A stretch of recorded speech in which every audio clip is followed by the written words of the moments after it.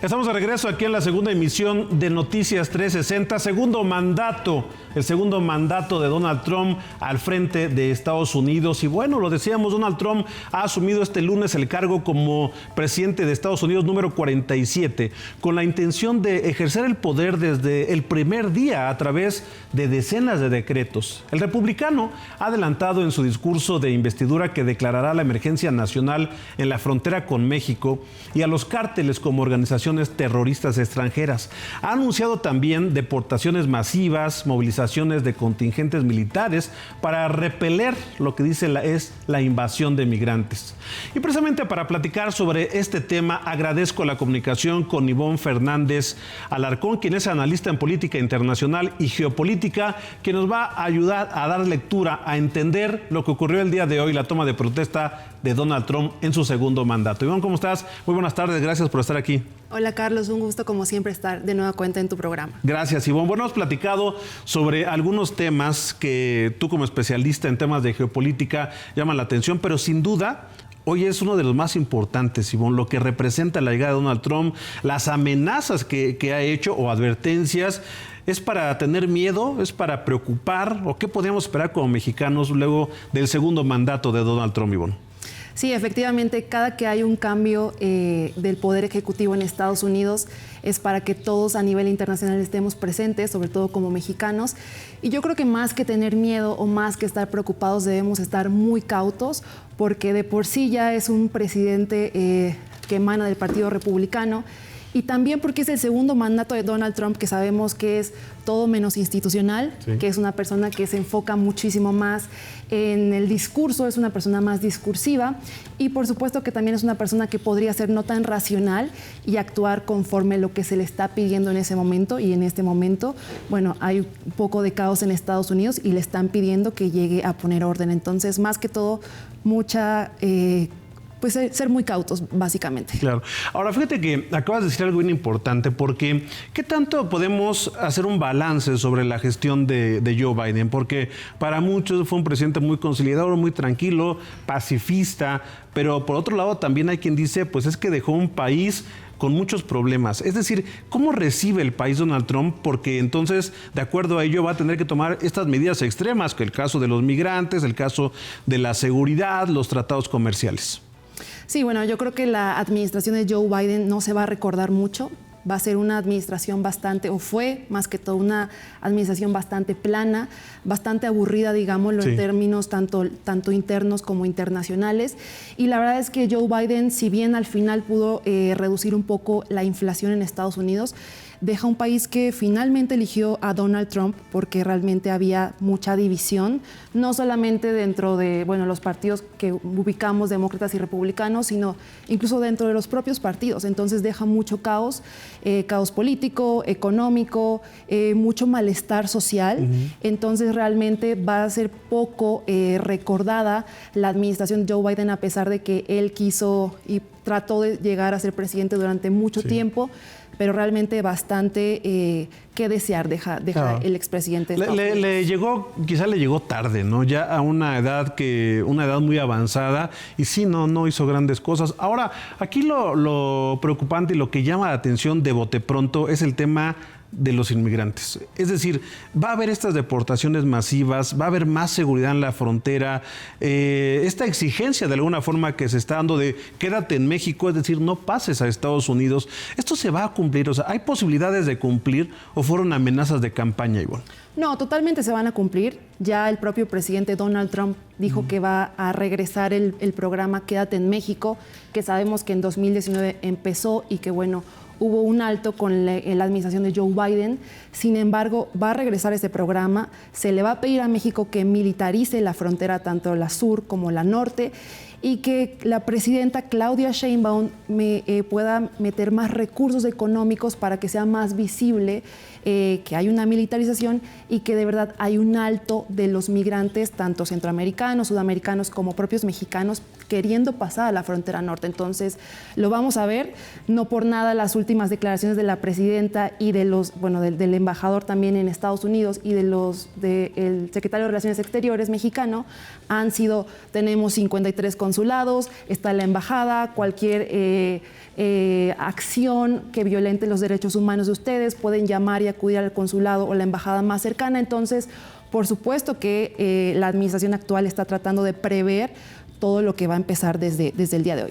Ahora, y también me parece muy interesante esto que comentas, Ivonne, porque sale el canciller Juan Ramón de la Fuente, la propia secretaria de Gobernación, Rossela Rodríguez, y la presidenta, y dicen, estamos preparados. Pero es una realidad que si deportaran a una gran cantidad de mexicanos, no estaríamos preparados. O sea, no hay manera de cubrir eso, o sí lo podemos hacer.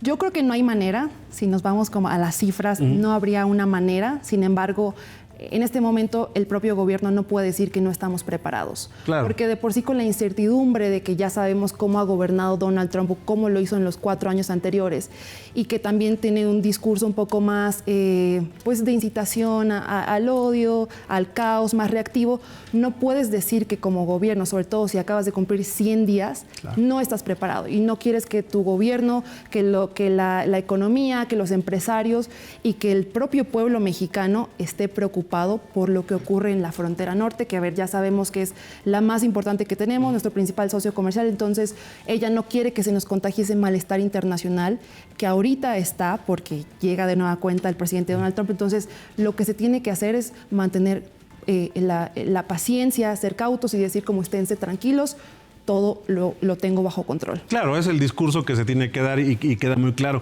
Ahora, otro tema también que se ha tocado y lo reiteró en su toma de posesión hoy, el nombrar a los cárteles mexicanos como grupos terroristas, esto también genera alarma porque al darse este nombramiento, no solamente es el nombre, sino las acciones que se pueden tomar a partir de ello, ¿no?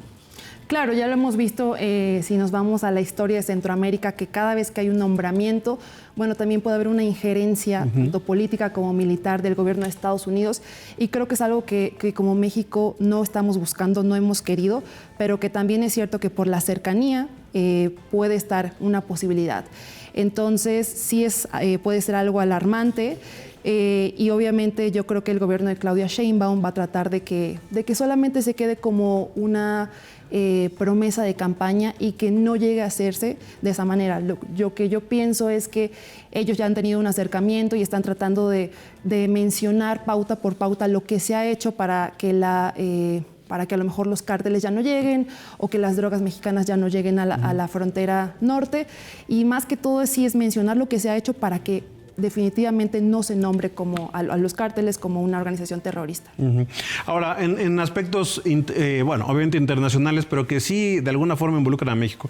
El caso de cambiarle el nombre al Golfo de México, ponerle Golfo de América, lo reiteró hoy, y recuperar el Canal de Panamá, que eso se me hace más preocupante por lo que representa el Canal de Panamá en materia de comercio. Vamos, esto se puede hacer, existen las vías para hacerlo en el caso del nombre del Golfo de México y en el caso del Canal de Panamá también. Bueno, tendríamos que irnos a un juicio internacional, sobre todo porque el Canal de Panamá es de un territorio en Panamá y a pesar de que haya una jurisdicción, eso no quiere decir que tú como país puedes llegar y quitar o cambiar los nombres. Entonces, más que todo de llegarse a pasar estas propuestas, que bueno, ya se firmó la orden ejecutiva, tendrían que mediarse en juicios internacionales para ver la posibilidad de que se logre. Sin embargo, parece ser más un tema discursivo. Pero bueno, con Donald Trump, de nueva cuenta, el presidente de Estados Unidos, nunca se sabe y siempre hay que ser muy cautos y hay que pensar que lo que se pueda decir en broma o lo que se haya dicho en campaña puede ser que él, ya ahora que tiene el poder, de nueva cuenta quiera gobernar para lograrlo. Claro, y es que estas declaraciones, Ivonne, de repente se ven un poco, sí, como fantasiosas, ¿no? No quiere decir que no, porque como dices, es Donald Trump y lo puede llegar a hacer. Pero retomar el control del Canal de Panamá, el caso del Golfo de México. Pero hay cosas más serias, por ejemplo, y esto también, tú eres especialista en geopolítica, se habla de la guerra comercial que ya existe entre Estados Unidos y China. Se habla de una guerra comercial, pero también es una lucha de poder, de quién es la máxima potencia económica, militar, en cuanto a presencia en el comercio internacional. Y también Donald Trump ha hecho mucha referencia en cuanto a sanciones a China, aranceles a China, las redes sociales de China. Es decir, eso también se advierte como un problema que puede ir creciendo este conflicto Estados Unidos-China. Creo que el gran cuestionamiento de este nuevo mandato es que en su primer mandato presidencial, Donald Trump siempre tuvo como enemigo a China, sí, al propio Xi Jinping.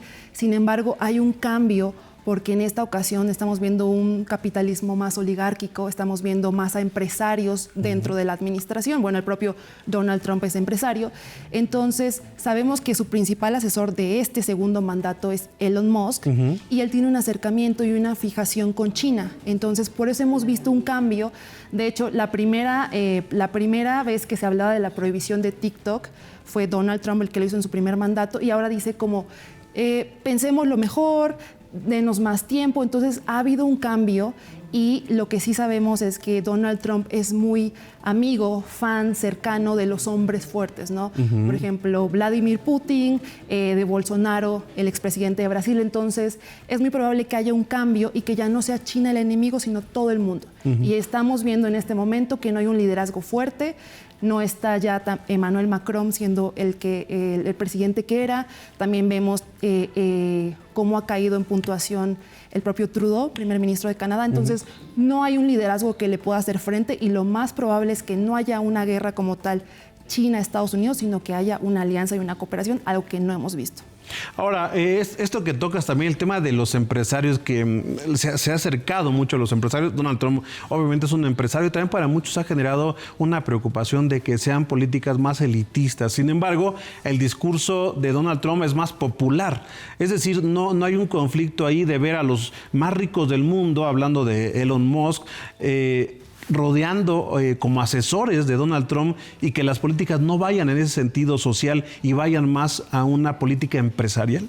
La diferencia entre el populismo, digamos, de derecha y el de izquierda es que, si bien tratas como de hacer discursos populares, la diferencia entre la derecha y la izquierda es que en la derecha el culpable son los otros. Entonces, en este caso, si bien puede ser que el culpable sean los empresarios, también es cierto que apelas al tema económico y dices como, sí, a lo mejor estamos mal porque el gobierno anterior hacía esto, o porque la administración de Joe Biden no hacía tal cosa, pero ahora con esos empresarios tendremos más trabajo, y siguiéndole echando la culpa a los migrantes, pero tratando de enaltecer lo que los capitalistas o los empresarios cercanos a esta administración han hecho. Entonces, no, vas a ver bien tocar justamente las fibras de su electorado. Entonces, estoy segura que le va a salir bien. Ahora, por último, Ivonne, ¿qué debe hacer México? Es decir, ¿cuál debe ser la postura de México, de la presidenta Claudia Sheinbaum, para un gobierno que ya se torna difícil? Luego, en 2026 viene la revisión del TEMEC. ¿Cuál es la postura que debe tomar un gobierno como nuestro país ante un vecino que va a ser complicado? Yo creo que le van a exigir muchos temas a Claudia Sheinbaum. Ella va a tener que elegir cuáles son los que está dispuesta a lo mejor a soltar más, a negociar más, a ser un poco más permisiva en algunos temas. Definitivamente creo que donde no va a poder negarse ni ella ni su administración son la migración, el tema de las fronteras. Entonces, a lo mejor va a negociar temas económicos a cambio del tema de la frontera. Y lo que ella está haciendo me parece que lo ha hecho excelente, no por algo tiene los niveles que tiene de aprobación en sus primeros 100 días. Entonces, ser cauta, escuchar pacientemente, no tratar como de actuar desde la desesperación y seguir en ese lugar, porque hay que recordar que la desventaja de ella es que es mujer, y Donald Trump tiene más una cercanía hacia los hombres en el poder. Entonces, actuar como lo está haciendo, desde la vía del escuchar, la negociación, y tratar de que en el TEMEC y bueno, en la renegociación México siga estando favorecido y que no sea un desbalance de poderes. Y bueno, pues muchas gracias, como siempre, por ayudarnos a entender un momento sin duda histórico para el mundo, por lo que representa Estados Unidos. Y bueno, seguramente habrá muchos temas que se desatarán a partir del día de hoy y platicamos más adelante, pero gracias por estar aquí. Muchas gracias a ti. Hasta luego. Gracias. Ivonne Fernández Alarcón, internacionalista, especialista en geopolítica.